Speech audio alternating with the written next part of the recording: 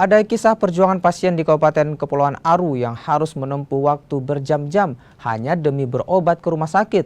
Fasilitas kesehatan yang minim membuat pasien lansia ini dirujuk dan dibawa menggunakan kapal kayu selama 10 jam.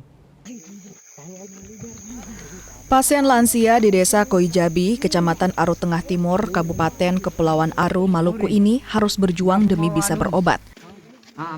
Pasien ini dibawa menggunakan gerobak dari Puskesmas Rawat Inap Koijabi menuju RSUD Cendrawasih Dobo, Ibu Kota Kabupaten Kepulauan Aru.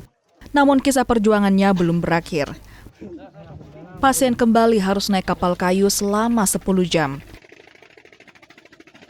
Tiba di Pelabuhan Rakyat Dobo, pasien langsung dijemput dengan mobil ambulans, kemudian dibawa ke rumah sakit.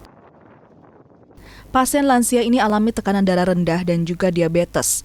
Namun karena fasilitas yang minim, membuat pasien harus dirujuk ke rumah sakit.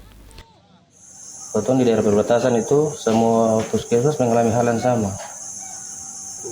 Pertama itu keterbatasan sumber daya, kurangnya peralatan medis,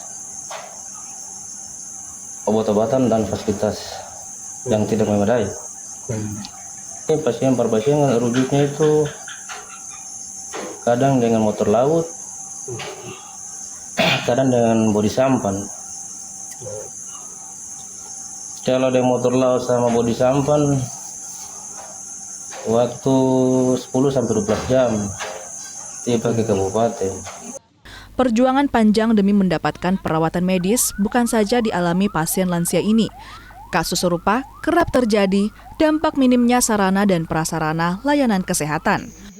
Warga pun tak punya pilihan lantaran mereka tinggal di daerah 3T, tertinggal, terdepan, dan terluar. Tim Liputan, Kompas TV Ambon, Maluku. Badan Narkotika Nasional Provinsi